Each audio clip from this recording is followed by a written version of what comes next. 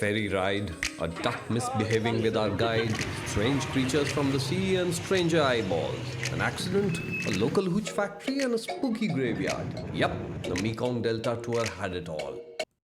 The last day of my Vietnam trip, I booked the Mekong Delta tour, which is a guided tour where everybody sits behind a guy riding a scooter. If I had more time, I might have hired a scooter and gone around myself. The guide leading the tour was a bubbly girl, full of personal anecdotes, and she made the trip much better than it would have been. We were out of the city in 20 minutes, stopping at the crowded but disciplined crossings. We entered the suburbs with surprisingly clean roads and a lot of shops. It was two-wheelers all the way on the roads, with very few cars. We soon entered the countryside and it seemed quite similar to the Indian ones. The Vespa drivers were good, and though I would have preferred driving myself, we were enjoying ourselves. Our small group was made up of me and an Indian family of 4, and we hit it off immediately. Suddenly, our guide took a tumble and I was quite concerned. It was a close shave as she was without a helmet, but she hurt her dignity more than anything else. We took a ferry which lasted a few minutes, and it was a nice break from the ride, and we enjoyed it. I've always enjoyed the ferry crossings, all the more so on a bike.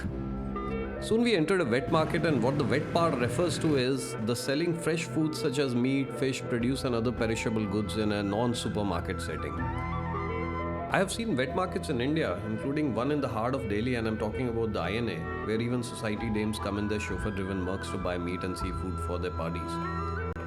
This one was far cleaner and hygienic.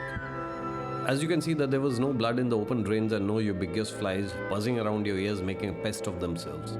What you can't see is that there was no smell, and my sensitive antenna of a nose was so thankful. A lot of animals were live, and it was a live open zoo with no entry fee. Or we grill them rare. Not well done, rare. So they love it because get more energy. If you don't know how to kill them or you're lazy to kill them, bring it to her. So just pay her a little fee, like $1. She will clean it all, and then after 40 minutes, coming back, and then you collect that. Or if fish sauce and chili, and garlic, so like roast peanuts, it's good for beer drinking. This one. What fish is this? This is basa fish, like basa. Basa, yeah, basa. Basa. Can you see? No. The first one is better. Yeah. So depends on transparent. How clear it is, okay. how good it is. Yeah.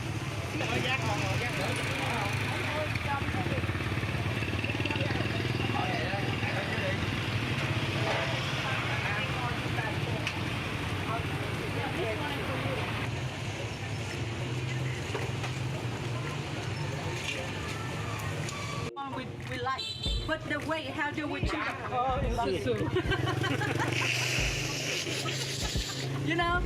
That's the happy thing. That's the funny one when my mom, she took me to the market, and the way she chooses, put the finger underneath of that plate.